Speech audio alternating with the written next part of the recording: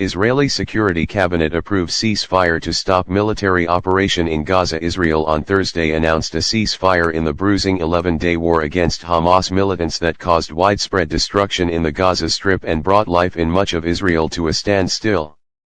Prime Minister Benjamin Netanyahu's office announced the ceasefire after a late-night meeting of his security cabinet. It said the group had unanimously accepted an Egyptian proposal, though the sides were still determining exactly when it was to take effect. Senior defense officials, including the military chief of staff and national security advisor, recommended accepting the proposal after claiming great accomplishments in the operation, the statement said. Defense Minister Benny Gantz wrote on Twitter that the reality in the field will determine the continuation of operations. One member of the Security Cabinet said the ceasefire would take effect at 2 a.m., roughly 3 hours after the announcement. He spoke on condition of anonymity because he was not authorized to discuss the closed-door talks. A Hamas official said the declaration of a truce was a defeat for Netanyahu and a victory to the Palestinian people. Ali Barakeh, a member of Hamas Arab and Islamic Relations Bureau, told the Associated Press that the militants will remain on alert until they hear from mediators. Once Hamas hears from mediators, the group's leadership will hold discussions and make an announcement, he said. Shortly after the announcement, air raid sirens indicating incoming rocket fire sounded in southern Israel. The agreement would close the heaviest round of fighting between the bitter enemies since a 50-day war in 2014, and once again there was no clear winner. Israel inflicted heavy damage on Hamas but was unable to prevent the rocket fire that has disrupted life for millions of Israelis for more than a decade.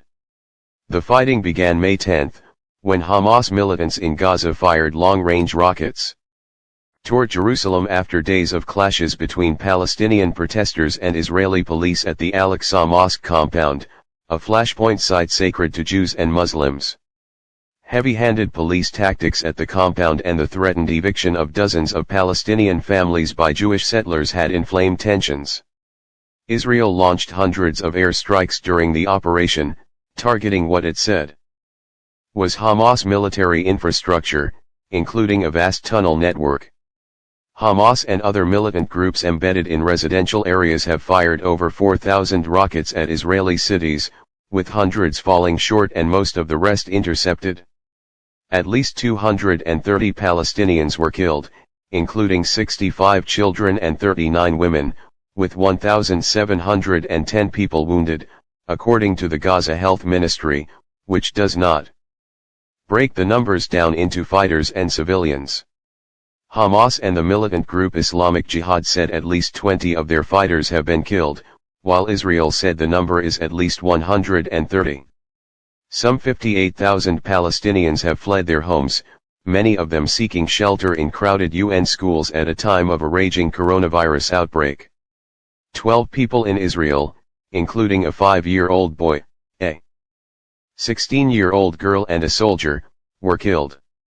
Since the fighting began, Gaza's infrastructure, already weakened by a 14-year blockade, has rapidly deteriorated. Medical supplies, water, and fuel for electricity are running low in the territory, on which Israel and Egypt imposed the blockade after Hamas seized power in 2007. Israel considers Hamas, an Islamic militant group that seeks its destruction, to be a terrorist group, and Hamas government is not internationally recognized.